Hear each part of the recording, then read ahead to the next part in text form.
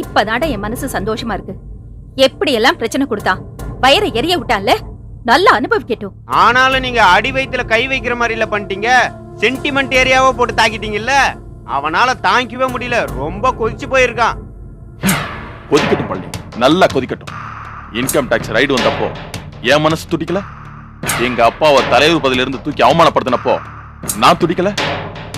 இப்போ நல்ல வயிறு எரிஞ்சு சாகட்டும். அவன் தங்கச்சி பட்ட அவமானத்துல அவன் கொஞ்சம் வெறி பிடிச்ச மாதிரி தான்டா இருப்பான். ஆமாமா, இவர் மட்டும் மாணிக்கத்துக்கிட்ட தனியா மாட்டினார்னு வைங்க, அவனுக்கு இருக்கிற கோபத்துக்கு கடிச்சே கோதறிடுவான். என்ன இப்படி பேசுற? உள்ளதானே சொல்றேன். ஒரு காரியம் பண்ணா ரியாக்ஷன் இருக்குமா இருக்காதா? இப்போ நாம ஒரு கல்லு விடுறோம், ஏத்தாப்புல இருக்கிற இன்னொரு கல்லு விடுவானா மாட்டானா? நீங்களே சொல்லுங்க.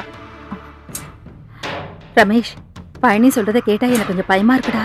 சும்மா இருமா. அப்படியெல்லாம் அசால்ட்டா இருக்காதடா, எனக்கு ரொம்ப பயமா இருக்கு. கொஞ்ச நாளைக்கு தனியா எங்கேயும் போகாத, கூட துணைக்கு பழனி வேணா கூட்டு போ. அடேங்கப்பா, இவர் பெரிய கமாண்டோ. சும்மா இருமா, என்னை யாரும் எதுவுமே செய்ய முடியாது. ஆமா, இப்ப நல்லா வீரமா பேசுங்க. அந்த செல்வம் பையன் கிட்ட மட்டும் என்னடா மாட்டிட்டு கிண்டலா? அந்த செல்வம் பயலுக்கு ஒரு நாள் வட்டி முதல்மா சேர்த்து கொடுக்கறனா இல்லையா பாரு, அதுக்கு சரியான சான்ஸுக்கு தான்.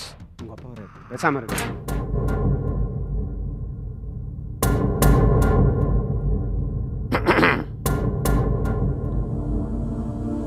என்னது? என் தலையை பார்த்ததும் எல்லாரும் அப்படியே சைலண்ட் ஆயிட்டீங்க. ஒரு மரியாதை தாங்க. மரியாதை? நீங்க என்ன பேசிட்டு இருந்தீங்கன்னு எனக்கு ரொம்ப நல்லா தெரியும். ரமேஷ், ரமேஷ், என்னப்பா? நடந்ததெல்லாம் போதும், திரும்ப புது பிரச்சனையில மாட்டிக்காத. நீ பண்ணதுக்கான பலனை நல்லா அனுபவிச்சுட்ட. கொஞ்ச நாளைக்கு வாயை பொத்திக்கிட்டு சும்மாரு. அது எப்படிப்பா?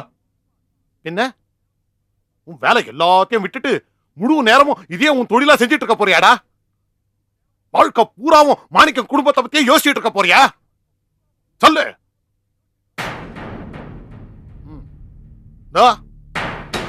முதல்ல இந்த பழனி பேச்ச கேட்கறத நிறுத்து. உன்கிட்ட யோகிய நாட்டம் ஒண்ணு பேசுவான், அடுத்தவங்கிட்ட போய் வேற மாதிரி பேசுவான். சரியான பொருளா நாரிப்ப. இவன மாதிரி 4 பேர் இருந்துகிட்டு 40 பேர்கிட்ட சண்டையை மூட்டி விடுவானுங்க.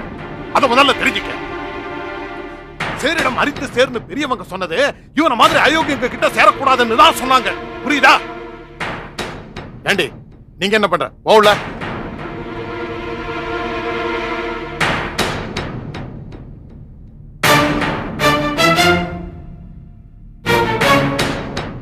பழனி, அவருக்கு வயசாயிடுச்சு, கொஞ்சம் டென்ஷன் அப்படிதான் பேசுவாரு. நீ ஒன்னும் பெருசா எடுத்துக்காத. அவர் பேசுறதெல்லாம் நான் பெருசாவே எடுத்துக்கிறது இல்லைங்க.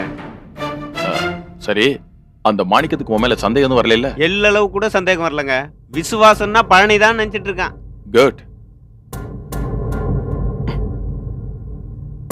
இத செலவுக்கு வச்சுக்க.